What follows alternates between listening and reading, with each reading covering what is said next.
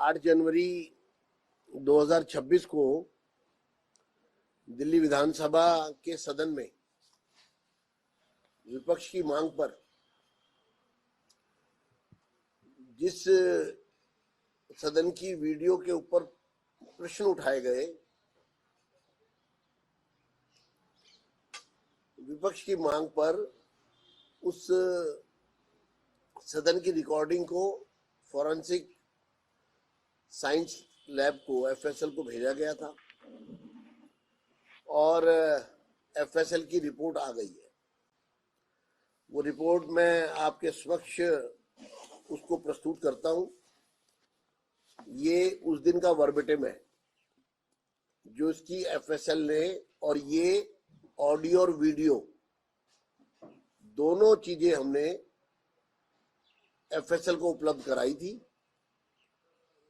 और उसकी एक डिटेल्ड इंक्वायरी हुई है विद प्रोसीजर और सारे फैक्ट्स को ध्यान में रखकर और नियम और कानून से। और इसमें रिपोर्ट में जो कहा गया है वो बड़ा स्पष्ट है। जो रिजल्ट्स ऑफ एग्जामिनेशन, इसमें कहा गया है कि regarding the authenticity and genuineness of the video, it is to state that we have received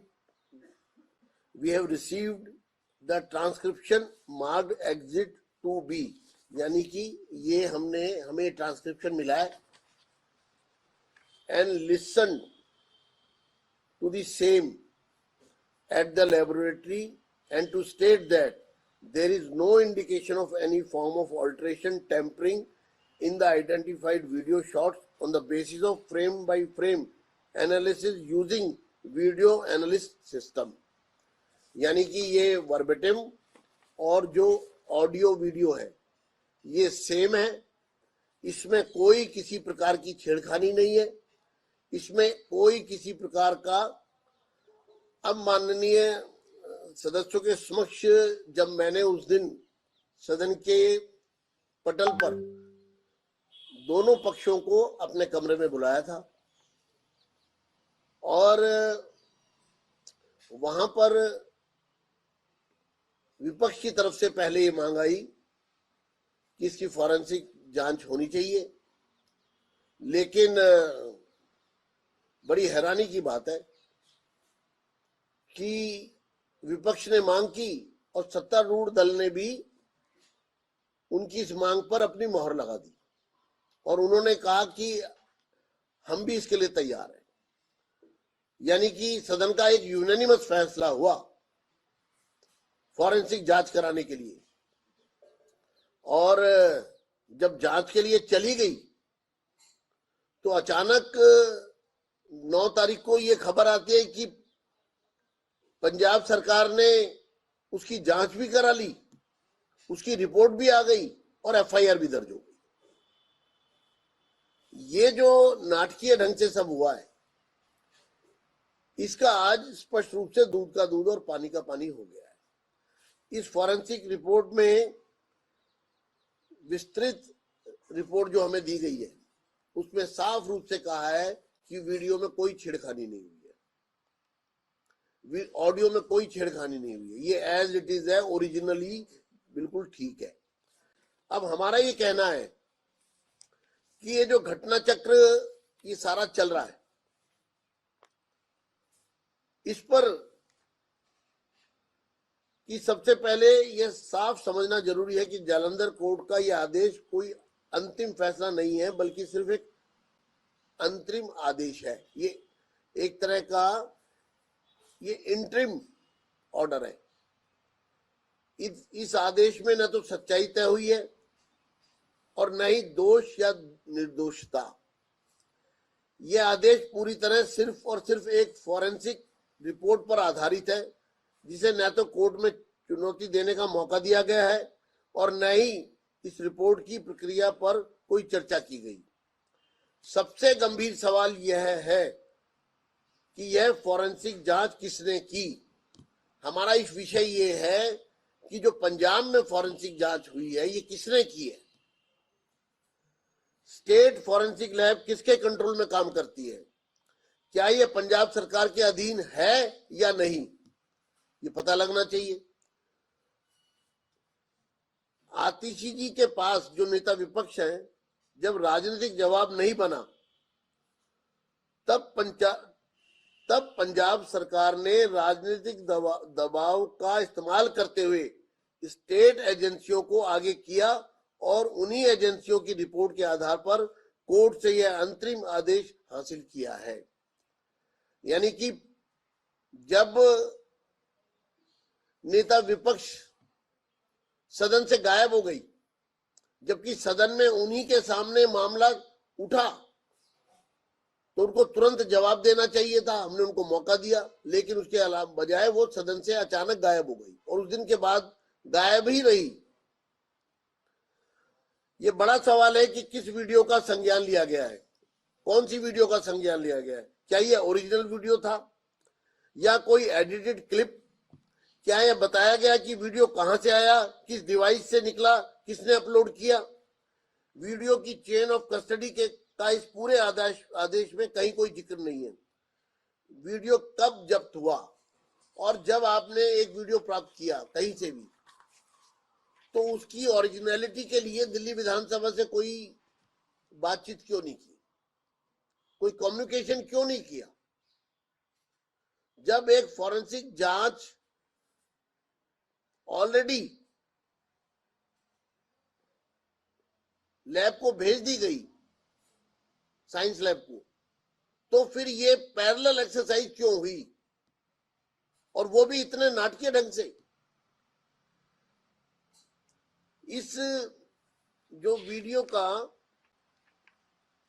किस अधिकारी ने ये इसका कॉग्निजेंस लिया, किसके पास कितने समय रहा, बीच में कोई टैंपरिंग हुई या नहीं?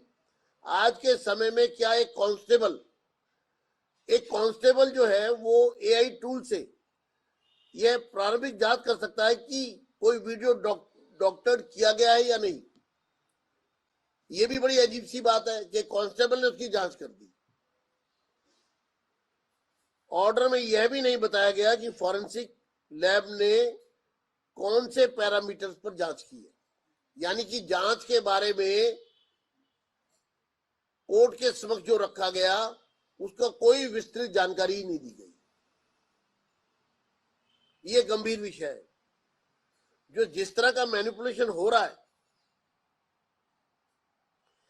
इनमें से किसी का भी कोई विवरण आदेश में नहीं है। फॉरेंसिक साइंस लैब की रिपोर्ट का कोई विस्तृत विवरण ही नहीं है। सबसे खतरनाक बात यह है कि फॉरेंसिक रिपोर्ट को चुनौती देने का कोई अवसर ही नहीं दिया गया। यह सीधे सीधे नेचुरल जस्टिस के सिद्धांतों के खिलाफ है।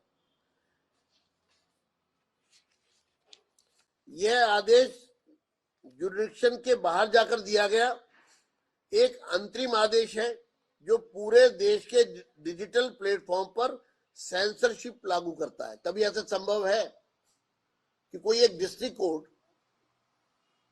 पूरे देश का ठेका ले सकता है,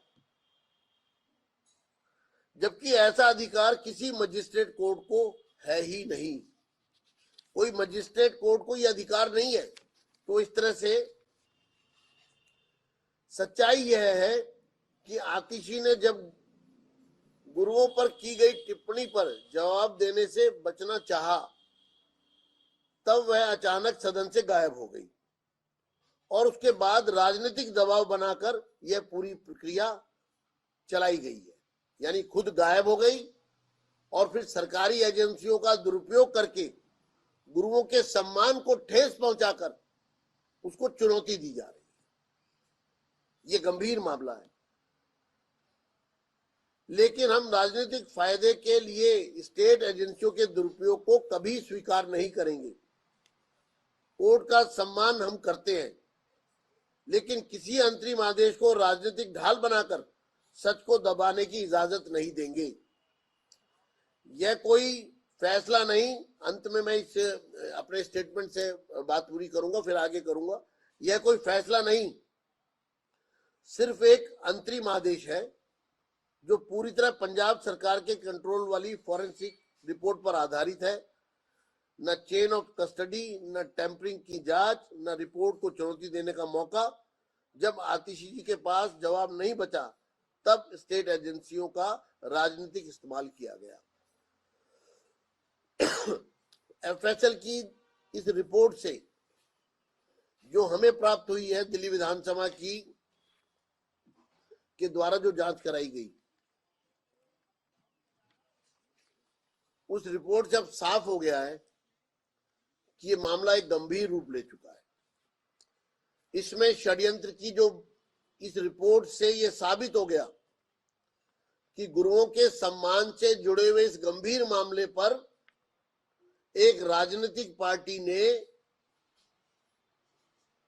सरकारी एजेंसियों के दुरुपयोग के साथ गुरुओं के सम्मान को कहीं ना कहीं ठेस तो पहुंचाया ही है, लेकिन कहीं ना कहीं चुनौती भी दी है। ये बिल्कुल बर्दाश्त नहीं होगा। मैं कड़े शब्दों में इसकी निंदा करता हूं। एफएसएल की रिपोर्ट आने के बाद सारी स्थिति स्पष्ट हो गई है। दिल्ली विधानसभा का जो वर्बिटिम है वो भी और वीडियो ऑडियो ये मैच कर गए हैं पूरी तरह से। इसलिए हम इस पर अब आगे की कार्रवाई के लिए कदम बढ़ाएंगे और उन तमाम शक्तियों को चेतावनी देना चाहते हैं जो दिल्ली विधानसभा के अधिकार क्षेत्र में अनाधिकार चेष्टा कर हस्तक्षेप कर रहे और सरकारी एजेंसियों का दुरुपयोग कर इस पूरे मामले की गंभीरता को समझते हुए कहीं ना कहीं झूठ पर, एक झूठ की बिसात पर गुरुओं के सम्मान से के साथ जो उन्होंने एक ऐसा अपराध किया है खिलवाड़ करने का, ये बिल्कुल बर्दाश्त नहीं होगा। और मैं इस मामले पर नेता विपक्ष से ये कहना चाहता हूं कि वो सामने आए, मुझसे मिले मेरे कक्ष में आके, और नहीं तो फिर आने वाले समय में इस पूरे मामले पर गंभीर विचार किया जाएगा। आज भी मैं उनको मौका देता हूं, वो माफी मांग ले अपनी गलती का, अपने शब्द वापस ले ले और माफी मांग ले। मुझे पूरा विश्वास है सदन उन्हें माफ कर देगा।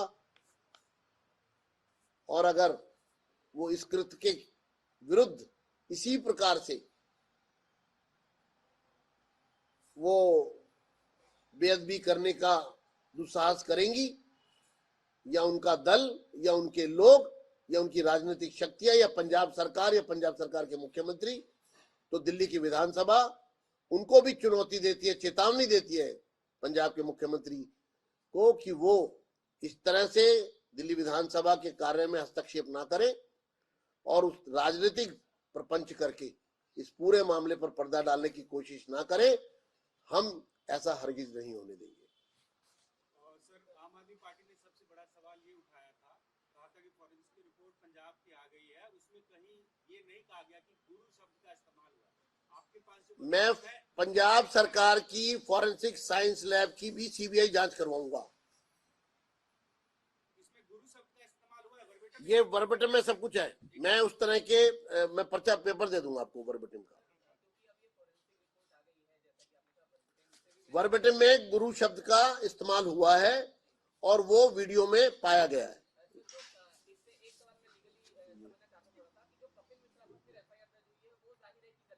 वो क्वैश होनी चाहिए। इस पूरे मामले पर जो भी घटना चक्र पंजाब में हो रहा है, इस पूरे घटना चक्र पर हम निश्चित रूप से सीबीआई की जांच करवाएंगे।